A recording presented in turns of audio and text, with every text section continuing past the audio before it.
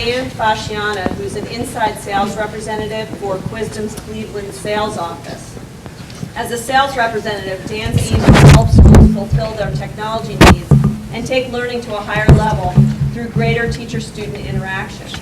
As part of the sales team, he aspires to make the educational experience easier and more engaging for both teachers and students. Please join me in welcoming Dan.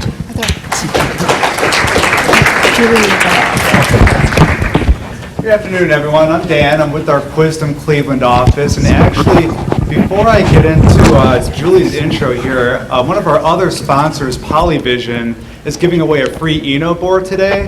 So what I'm going to do is I'm going to auction off someone's name from this little drawing here. And when I call your name, if you would just go to the back of the room, and Polyvision representative back there will collect all of you.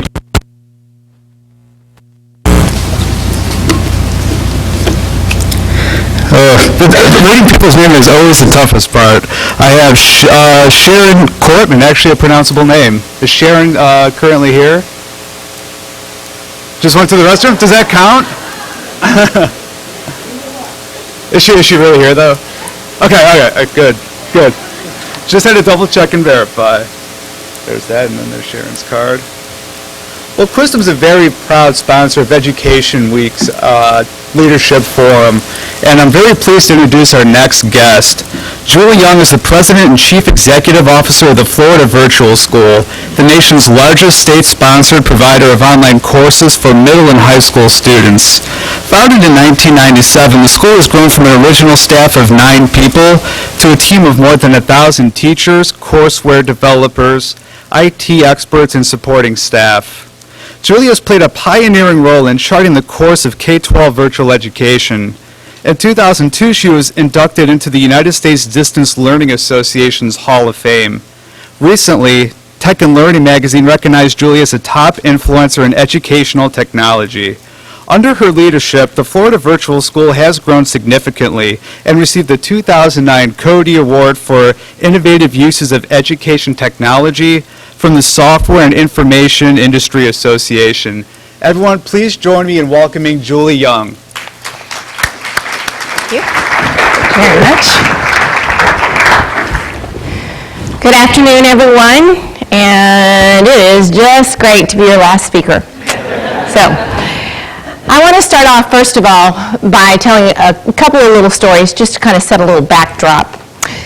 In 2003, my now 26-year-old son started college. At the time, he hated computers. He used a computer only when he had to. He failed his first 2 online courses. His mother was doing this. He didn't speak to me for a couple of weeks after failing the first one. He could not understand why in the world that I was in this business. The interesting thing about failing the second course was, remember in college when the professors all had different books for the same class because they all wrote their own book? He thought he was taking the same course. So he had all this work he had done. He began submitting the same work that he had failed in the first class. At the end of the day, the second professor said, "Your assignments don't match. Where did you get this?" We call those life lessons in our house. The key was he didn't have an option whether he took that course or not. At his university, which is very overcrowded, if you were a freshman, you got the last selection of your courses. So he was slotted into those online courses. Fast forward to 2006, my now 22-year-old son starts the same college. He fails his first online course. Now the good thing is they get 3 fails, they get 3 buys. He too had no idea how to take an online course. He wasn't exposed to it. He was pretty tech savvy. Now he takes all of his courses online, and he has for the last 2 years. He's a college athlete. Go back 1 year, his marketing class. He shows up the first day, he gets a seat. There are 300 seats in the auditorium. There are 1,002 students in the class. If you don't get there first, you go back to your dorm and you boot up. So as we think about the role of virtual education, and we think about our role in the K-12 world, I think we have a lot of responsibility to our students, because they're not going to have a choice whether they take a class online or whether they are trained for their new job online, because you can't pay a parking ticket, which we've paid many, without going online. You can't buy anything without going online in our universities. And that's the way our world of work is becoming too. So Florida Virtual School, rewind, 1996, started out as a grant project, and our goal at the time was to reinvent, I'm going to use that word, education, transform education one student at a time. And our belief was that if you were to give a student the proper time and the proper instruction for them, that all students could learn. And that there really was no reason for a student to fail. And I heard Benjamin up here earlier say, we don't allow our kids to fail our online courses. There's not a lot of reason to. Our motto was any time, any place, any path, any pace. And kids every year will say that their favorite part of that motto is any time and any pace. When we began, we had some great support at the state level, and that support was, you know, this doesn't exist. Go do it. Go figure it out. Come back and tell us how it should be governed, what it should look like. And oh, by the way, you don't have to follow any of the rules. So we're open 365 days a year, 24/7. Our teachers are on annual contracts. We do not have a union or tenure. They give that up when they come, and they make that choice, and we have 1,100 teachers and about 10,000 on the waiting list. Our kids can access from anywhere, and I'll talk a little bit about the different models as we go. We are performance-based. We are not funded unless our students are successful, and we asked for that model. Some people will say we're held to a higher standard in our online worlds. We asked to, because we knew this was new and we knew we had much to prove. We're a state school in the state of Florida. We have about 100,000 students in Florida right now, and we'll do about 200,000 half-credit enrollments this year alone. It's a big school. It's a big school. And the interesting thing is those 100,000 students typically are taking 1 or 2 courses, but we still have 100,000 mommies and daddies that we work with. So that gives you a little bit of a backdrop as we start talking about Florida Virtual School today. So first of all,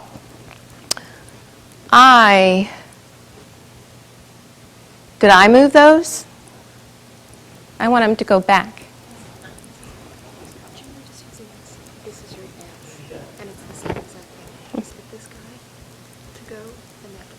Okay, this is kind of like a game thing.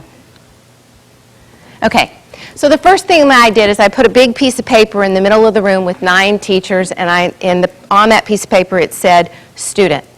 The student will be at the center of every decision that we make. My background was elementary and middle school, and I was developing a high school, and that was by design. The teachers knew that there was only one of them, and we were open 365 days a year, and we were going to be available to students when those students needed them. So what if we reinvented education? What would it take? What would it look like? Well, I'm not liking this game thing. There we go. This is a growth chart. We started out in '97, and this number here was 77. We had 77 primarily white computer science and math students that schools would allow us to use because they thought we would not hurt them. Now we have more girls than boys. We have more girls in our physics and our chemistry class than we do in our boys, than our boys. And you can see the growth trajectory. It's madness. We've grown at 60% for the last 5 years in a row. Originally, if you build it, will they come? They're coming by the droves. Students want choice. Our design was personalized, customized, individualized instruction. If a student fails Module 1's test, they don't go on to Module 2 on Monday. what kids tell us is primarily the reason that they give up is they get behind within the first 2 weeks of school. And then we push them on, and we push them on, and we push them on. And we have a situation where 69% of our 8th graders are not proficient in math and science, math and reading. So we're taking these kids and we're putting them in a factory, so to speak, as we move them through our adult system. So we wanted to design something that was not about one size fits all. And our goal has always been to reinvent something that doesn't exist. Every single one of our kids has access to a public school. They have access to a traditional education. Our goal was not to replicate that and just put it online. You know, now when you talk to schools and you ask, well, do you do any online learning? Oh yeah, we do all kinds of online learning. Well, you know what the online learning is in many situations? It's what you and I used to do in the classroom, except we had CDs and then we had LANs and WANs. So now what used to run on our CDs and our hard drives now runs online on the internet, so we do online learning. I think it's really important to understand that every online virtual program is different. Very, very different, just like our traditional schools are very different. So when we hired our teachers, we said, how do you feel about having 100 students in 100 different places in your course? Now, mind you, our teachers are full-time. We started out with adjunct teachers, which many of our schools, our virtual schools, do very successfully. But as we grew and we had the opportunity to go to full-time teachers, we did very rapidly because our students and our families started to figure out which teachers were full-time and which teachers were adjuncts, and they started asking the question when they enrolled, are you an adjunct or are you full-time? Why? Because they had access to their full-time teachers from 8 to 8 every day, 7 days a week. They wanted full-time teachers. Listen to what the kids say. Craig is Vanna.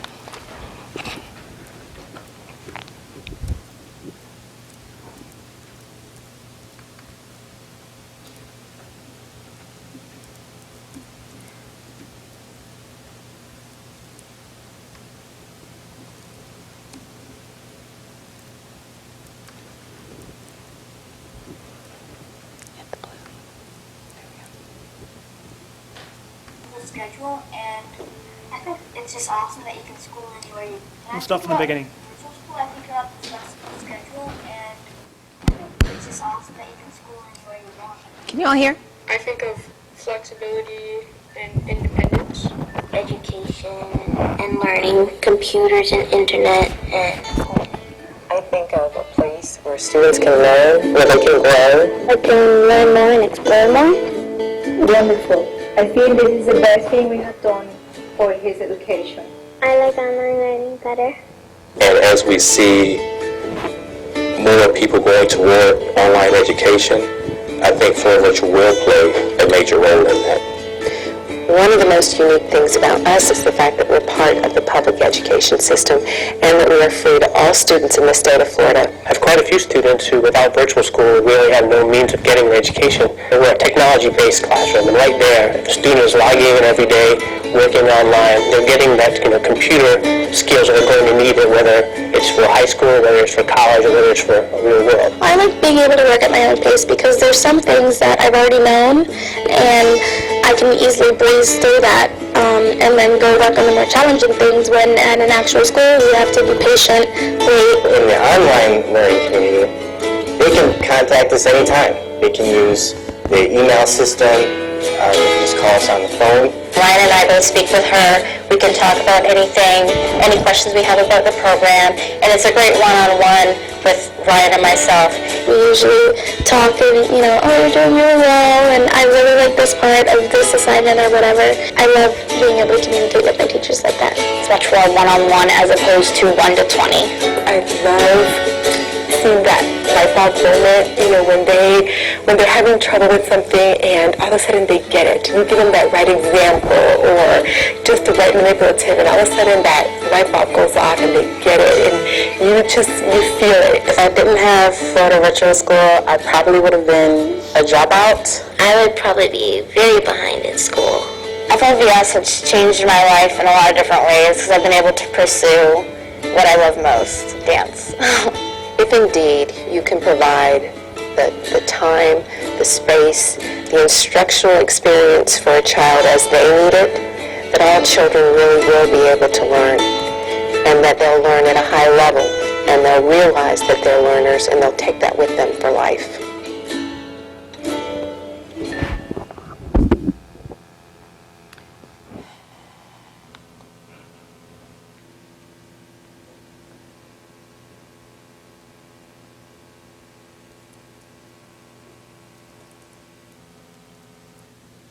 I should dance. Maybe I should not.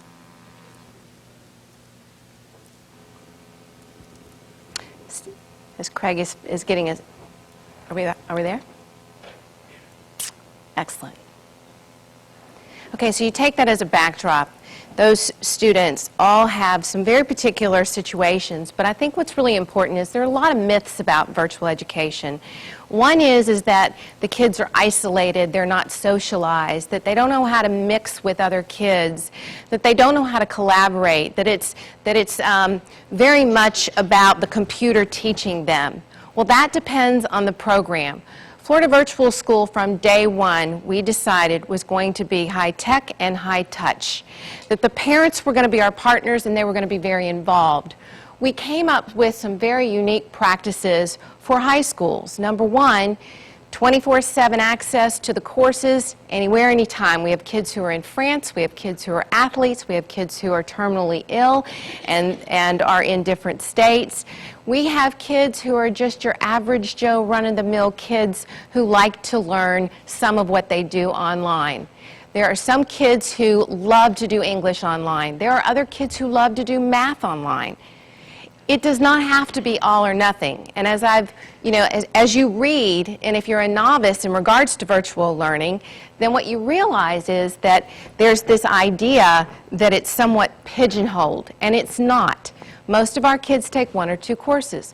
Out of our 100,000 students, 65% of them are public school students who are going to school every day.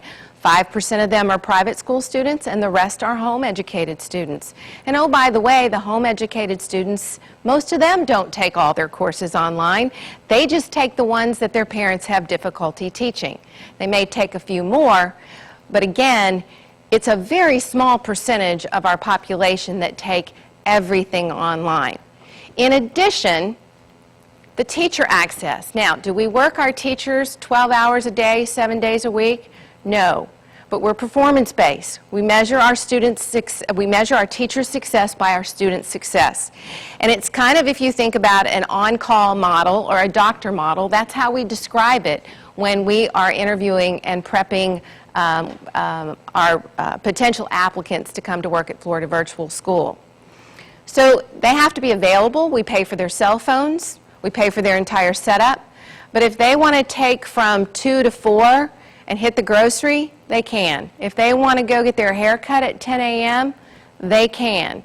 If they actually are ill, they can trade a day. So we try to be very flexible for our teachers so that our teachers will be very flexible for our students.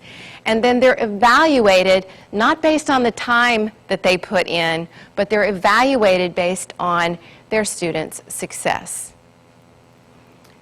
We used every means of messaging possible, and as I've listened today, which has been just tremendous backdrop for our closing today, that we do have challenges with our blended learning classrooms in that they do block a lot of things. So we go in and we work with them and we identify the areas that we need for them, for the students to be able to get to, and they work with us as well. One of the areas that we've always kind of taken for granted is instant messaging. How many of you use instant messaging? All day long, right? And in the schools, that's a really big no-no. And if they do use instant messaging, they use a school version of some sort. We've taken the tact that we want to teach the kids how to use the tools that they're going to be exposed to versus keep them from them. So we're developing a social networking class as we speak. We're actually going to have kids come online and we're going to put them into a social networking environment. They're going to build their social network and we're going to teach them how to be responsible in that network. We do monthly conferences every single month, regardless of how well the child is doing or if the child is having difficulty. If the child's having difficulty, they're talking to that teacher on that old telephone all the time. They can instant message anytime. If the child is doing well, they still get that phone call with the parent, regardless of whether they're a senior in high school or they're in 6th grade, with the teacher on a monthly basis. That's tracked, that's monitored, it's documented, and it's really about building the relationships, because what do we know? You know, you probably perform much better for a boss that you like than one that you dread, don't you? It's human nature. So the first thing we tell our teachers in training is, before you even think about teaching anything, you've got to get to know your students and your parents, and we want you to know what their favorite color is, what kind of ice cream do they want, what's the name of their dog, where'd they go on vacation last year, and oh, by the way, is their room pink? I mean, get to know your students and love them first, and then they'll learn from you. Anytime, any pace. What does that mean? Well, if we have one bad word, it would be a P word, which is procrastination. You have to learn how to pace your students. They get to select an extended pace, which gives them more time, a traditional pace, which is obvious, or they can accelerate, which just means they can go as fast as they want. If you have a homeschool student that maybe is just taking one online class with you, and they want to work on that in its entirety, they could finish a semester course in 8 weeks, and that's okay. If you have a student, though, that has a learning disability, or a student who is ill, or a student who is an athlete, they may want an extended pace. We work on that with the teacher, the parent, and the student, all as a partner. If they're part of a traditional school, if they're a public school student and they're exercising extended pace or accelerated pace, we have to coordinate that with the school, because those kids may be sitting in a lab at school, and I don't know, 13 years ago, we learned our lesson when our kids showed up for their extended pace opportunity in the lab at the school, and it was summer. School had ended yesterday, they showed up today. The entire computer lab had been dismantled because they were cleaning and they were painting. So cooperating and coordinating the people that you serve is very important, and that's really our job, is to serve our public schools, our private schools, and our students in the state of Florida. So there's a lot of cooperation. But it does give that child the opportunity not to be pushed forward and not to be embarrassed because everyone in the class knows that they failed the test or that they're working at a different pace in a different book or what have you. We find kids reinvent themselves online. Kids who are a problem in a classroom, they come online and all of a sudden they realize they're not so bad. They don't have to act out. They start to believe in themselves again. It's amazing. We based the environment for Florida Virtual School on a study called Prisoners of Time. If you haven't read it, it's all about the fact that if we give students an equal education, we're giving them an inequitable education, because no student is created equal, just like none of you are. Adaptive release. As we think about where we're going, you've heard some of this today. Adaptive release means that I can give a student a pre-test, and based on that information, that student will have customized content specifically for them. It can be done in general, or it can be done based on, I like baseball. We're currently experimenting with Algebra 1 with an adaptive release. This is all very new. We've done customized learning manually for a very, very long time. So this is Joe. Joe likes horses. Joe wants to be a veterinarian. Joe probably has the same requirements that Julie has, but Joe might be able to get those requirements in a little different way.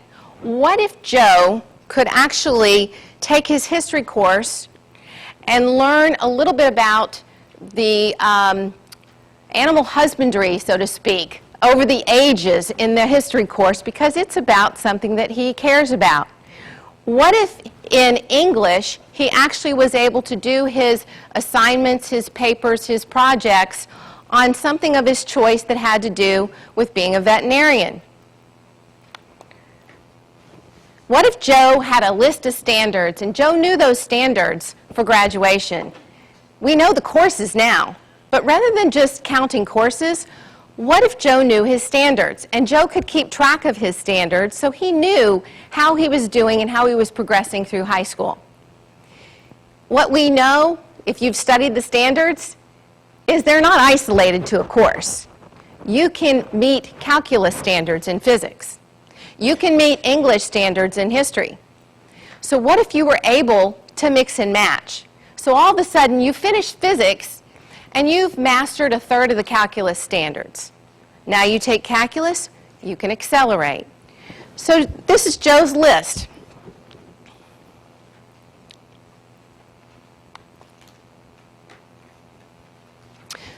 So Joe has these 300 standards. He keeps track. He gets to the point where he gets all the way down to that one standard. He's graduated, but he knows all the way to the end. He's in control of his learning.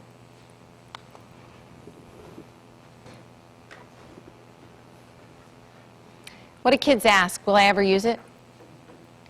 Did any of you read that valedictorian speech recently? Where the valedictorian really kind of bashed public education? I'll find it for you guys, because it is the most remarkable. It's really sad, quite frankly, for a lot of reasons. It seemed a little bit inappropriate of her to do that as a valedictorian. But basically what she said is, I learned to play the game. I really didn't learn what I was using, but I learned to play the game. I had great learning gains because I took tests and I knew how to do it, but I didn't learn anything. And she was giving advice and chastising as she went. But the bottom line was she wasn't engaged, and she felt like what she had learned she wasn't going to use except on a test. Kids ask us that question all the time. What if a child actually learned paragraph structure in science? They were then able to go back to English, and the teacher could see, oh, that box is checked, that standard's met. I can take that child to the next step. Joe now can learn transitions. The English teacher goes through and teaches Joe how to defend a thesis. Joe goes back to science. The science teacher sees that Joe knows how to defend a thesis, and now that science teacher can give Joe the assignment of defending the hypothesis and the thesis for which they're working on in that particular subject and chapter then. Joe can partner, Joe can group himself, a teacher can group Joe with kids who are like-minded as well as at the same point with skills. So Joe can have different partners for different courses and subject areas that Joe can collaborate. Now, this is Lisa. Lisa's actually going to be an artist.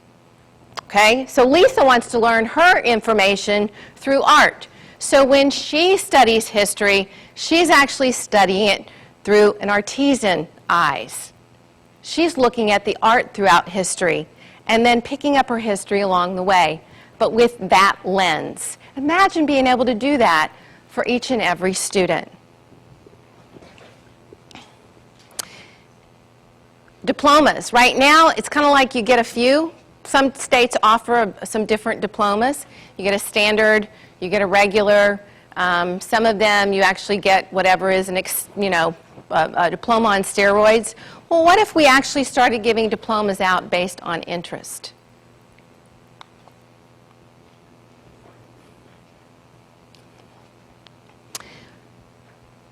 When kids know why they have to learn something, it's fun, it's not work. They actually learn at a much higher level. Why can't we give them that? We have the tools, we have the capability at this point in time to do that. Virtual learning has a place there. We can make it relevant, We can make it personal. We can collaborate. We can create cross-curricular activities where kids actually leave that course, leave that school feeling like they've experienced life and not just school. So this child we talked about earlier today, if you've heard of Webkins. Our kids are 2 years old and they're in social networks. Now you want to talk about a digital divide? We used to worry about the kids who came to school and had never touched a book and the ones that came and they had already read War and Peace. And you know what teachers often do is say to the parent, please slow your child down. I don't have anything to do with them. Have you experienced that? I did. I experienced that firsthand. Well, these kids are coming to school. They're speaking Spanish because they're watching Dora the Explorer. I sat on a plane the other day and a little 3.5-year-old boy spoke Spanish to me and learned every bit of it from Dora the Explorer. They're coming to our schools. What are we going to do with them? Blended learning environments are the latest rage, and there are so many different definitions of blended. Blended could be Florida Virtual School in that you take 2 courses online and you take 4 courses in a school building. Blended could be that I'm in a classroom and I have a facilitator and my online teacher is in another state or another city. Blended could be I'm in a classroom with my traditional teacher and we do some of our work in class and we do some of our work at home. Well, kids will tell you they like all different options. They just want the options. Some of them like to be able to work at night at 9 o'clock or midnight, and so they like to be able to take a course completely online and blend that with their community at school so they can go to the prom. And then other kids like to have a teacher available sometimes, and so they like the classroom model with a little bit of home. There are several reasons why blended models are taking off. Primary reason is access. We've talked about that today. Kids don't all have computers and kids don't all have internet access at home. The second reason that blended learning is coming to be so valued is that face-to-face component. If you need it, it's there. If you don't, it's not. Where are our college students taking their courses, do you know? At last count, 70% of our college students were taking their courses in their dorms. So you're paying for Harvard, and your child's taking the course from their dorm. And then finally, more choices, more options. Kids want choices. They're shopping, guys. If you don't offer it, they're going to go find it someplace. They're shopping. They're shopping to be engaged. They're shopping to be taught. When we talk about choices, Florida Virtual School has engaged in creating a game. Now, this game is a history game, and when the student starts the course, they start the game, they start the course. When they finish the game, they finish their history credit. Let's watch.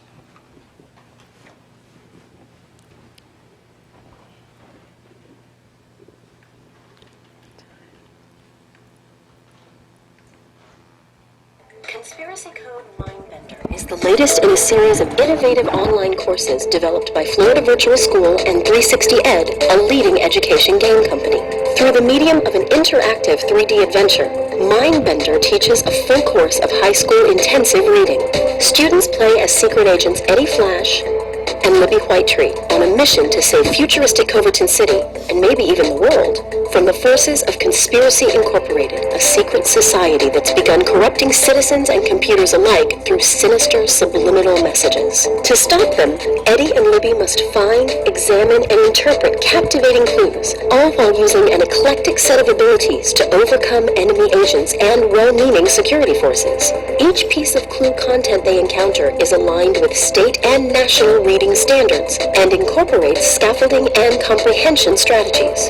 Working through Eddie and Libby, students are assessed across the course with a wide variety of sophisticated assignments, all seamlessly integrated into the gameplay setting and designed to promote new literacies while testing higher-order thinking skills. Culminating mission assessments, scaffolding clue assignments, teacher reviews, logbook checks, and more all serve to verify each student's understanding of the course content, ensuring their work is both varied and authentic. In addition to modern entertainment design techniques, Conspiracy code games are developed with the aid of time-honored pedagogy and advanced brain-based research. Students learn best when they have choices in pace, interactions, and responses, as well as when content is grouped into manageable chunks. All conspiracy code games integrate these proven practices into a 21st century model that appeals to digital natives. FLVS has numerous policies in its courses designed to ward off cheating, and the Conspiracy Code series is no different in this regard. Students are held to the same standards, and teachers monitor integrity at a high level. Instructors can proactively monitor, guide, and advise students by checking their clue archives and assignments, assessing projects, providing feedback, and conducting discussion-based assessments. Communication is key in any educational endeavor, and here, students and teachers interact through an intuitive web-based interface as well as email, online conferencing, phone calls, and instant messaging. Taking on the role of a key agent in the game world, teachers continually nudge their charges toward discovery. Through Eddie and Libby and the guidance of their teachers, students will improve their vocabulary, literacy skills, and reading comprehension. It's like a game, only better. That's the reading game. We have a history game and we have a reading game. This particular reading game is an intensive reading game, so it's for our struggling readers in high school.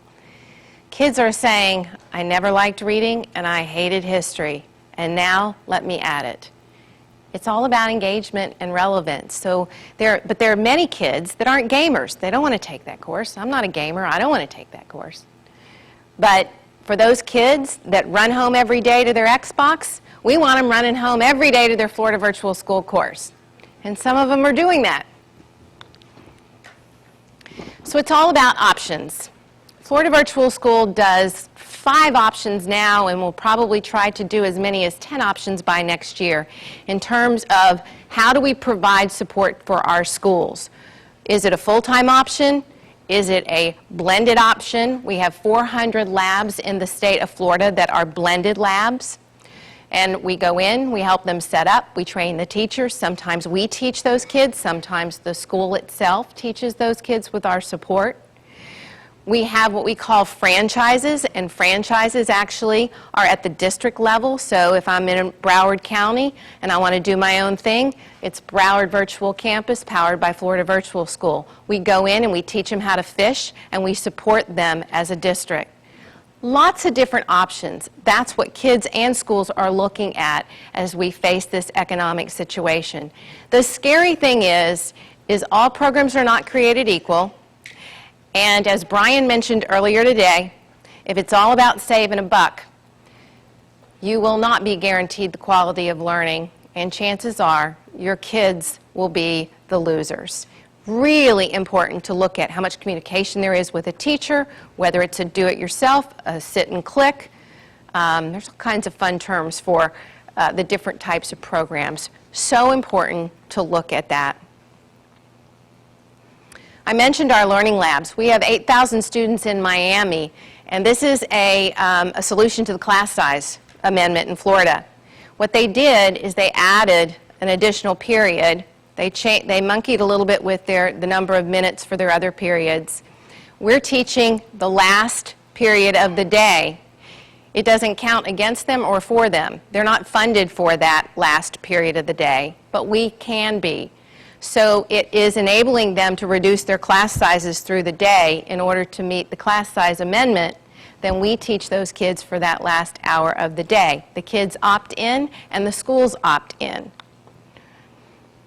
This is iPrep Academy. It's also in Miami.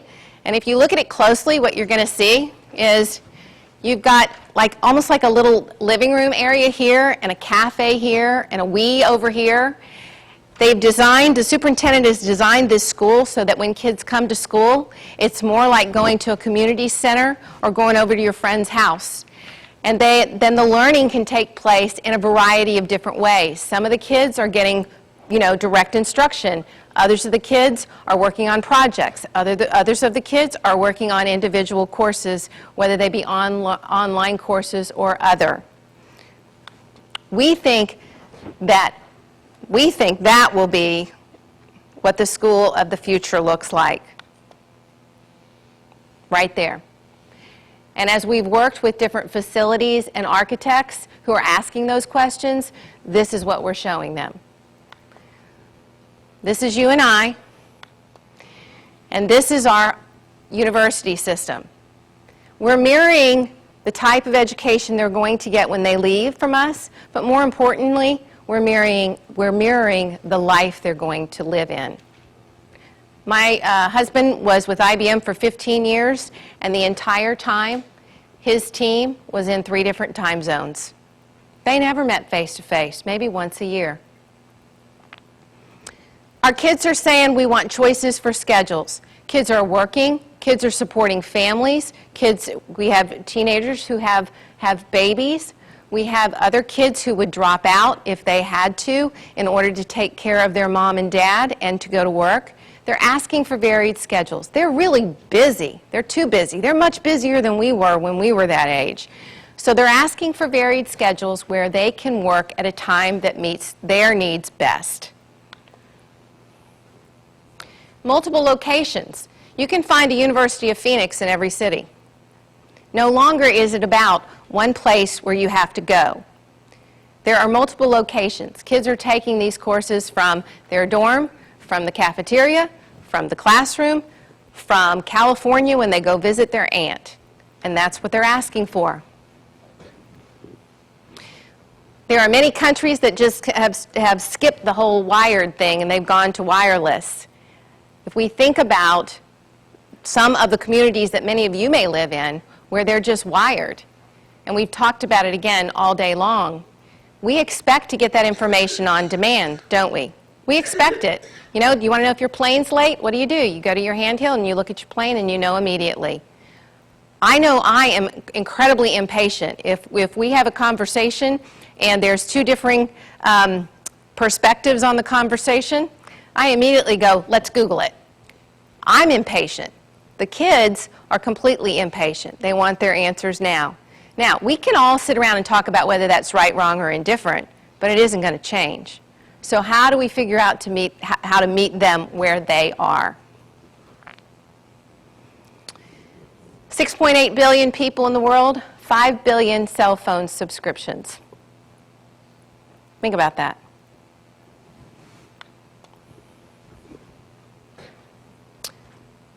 Mobile is where it's at, as they say. I hate using at the end of a sentence. Pretty much all of our courses will run on mobile devices within the next year. We've developed 2 apps that are for sale as a public school. We're pretty proud of that. One is an algebra app that's in the iTunes store for $4.95. Go buy it. And the second one is a dissection of a frog that we developed with Intel that will be showing up in the Intel store. Kids want their stuff on their mobile devices. And this is where the industry is moving. So if we think about Joe can actually get his learning now anytime, any place, at his path and his pace. Thank you very much for your attention. Thank you very much, Julie. Let me just put that right up there. We're going to sit down here for just a couple of minutes. We have time for some questions, so I'd like to open it up to questions. As always, I have plenty of my own, but we'd love to hear from the audience. Okay, I have, oh, great, right there. Hi, Mike Cieslak, Fairfax County Public Schools. I was just curious, you were speaking about the modules. How much control do teachers have over the design of the module, and what percentage of those modules are reading-based? Okay, it's a great question. If you think about what is online, pretty much 60% is reading-based. It gets better all the time in terms of adding more video and more multimedia and types like that. In terms of the teachers, when we first started 15 years ago, our teachers developed the courses that they taught.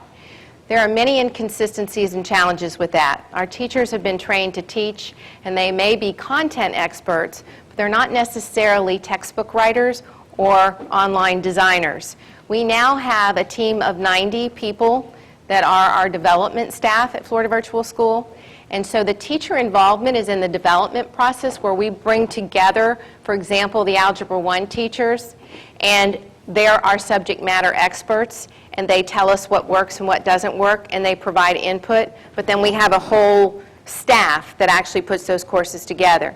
In addition, once they have the course, they can add lessons if they would like to, and we use Illuminate a lot. So there's a tremendous amount of interaction where the students come together with other students and have real-time interaction with their teacher through whiteboards and chats.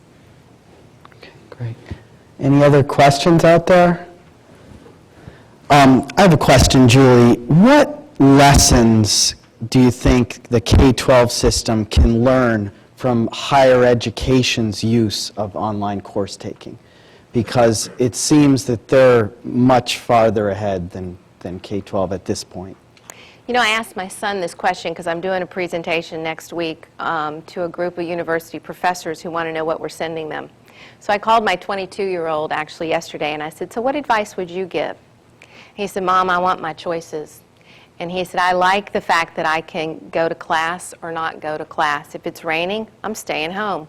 He said, if I'm in Texas playing ball, obviously I can get my classes on the bus.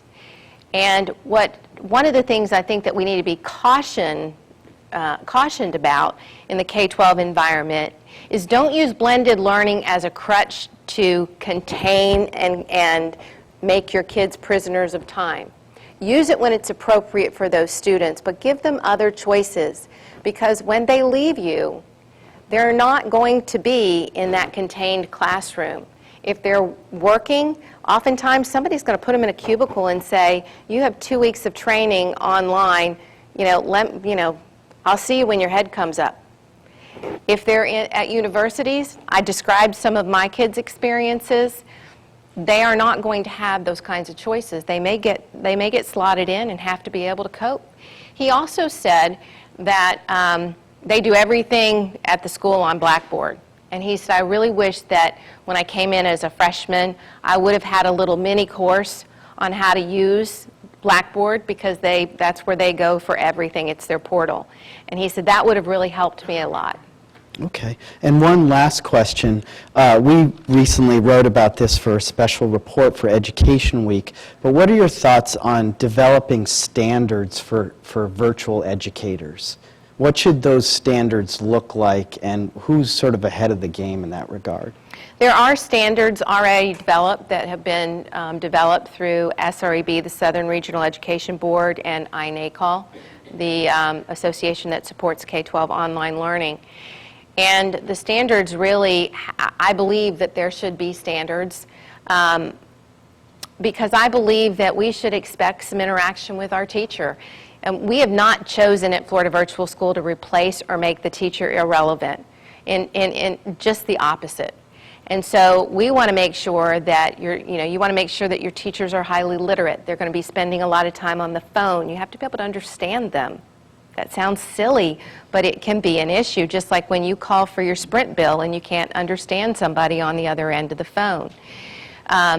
The standards in terms of how much interaction, turnaround time on grading, how much real time do they offer the kids, where the kids can come into an Illuminate session and actually work with other kids. Project-based learning, are they familiar with how to actually do that online? It's very different than doing it in a classroom. It's much more challenging, but it can be done. What kind of feedback do you expect kids to get on the assignments they turn in? We have what we call instructional leaders, which are our principals, and they supervise 30 teachers. And they go in and they spot check assignments and look to see whether or not there is specific feedback for those students, because those students are going to get that assignment back. And if it's not specific in terms of what they've done well or what they've been challenged with, they got to pick up the phone and make a phone call and connect and start asking questions of the teacher. So there are some very defined actions that we believe create quality programs and quality teachers, and there are some standards that are in place. Excellent. Thank you so much. You're What a welcome. great way to end this Thank you. day. And I have a couple of things to say here.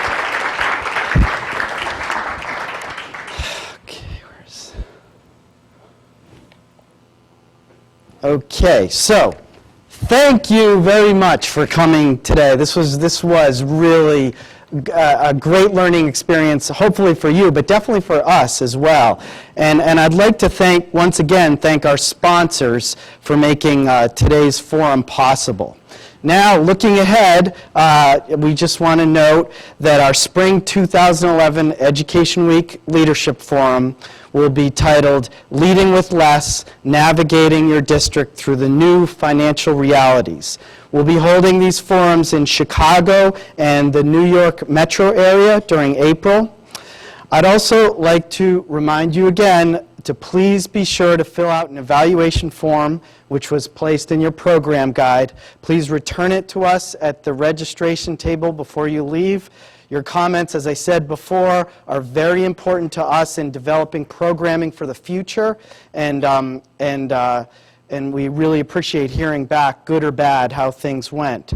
So thank you very much. You helped make this a great event, and good luck to all of you in your work with your schools this year. Take care.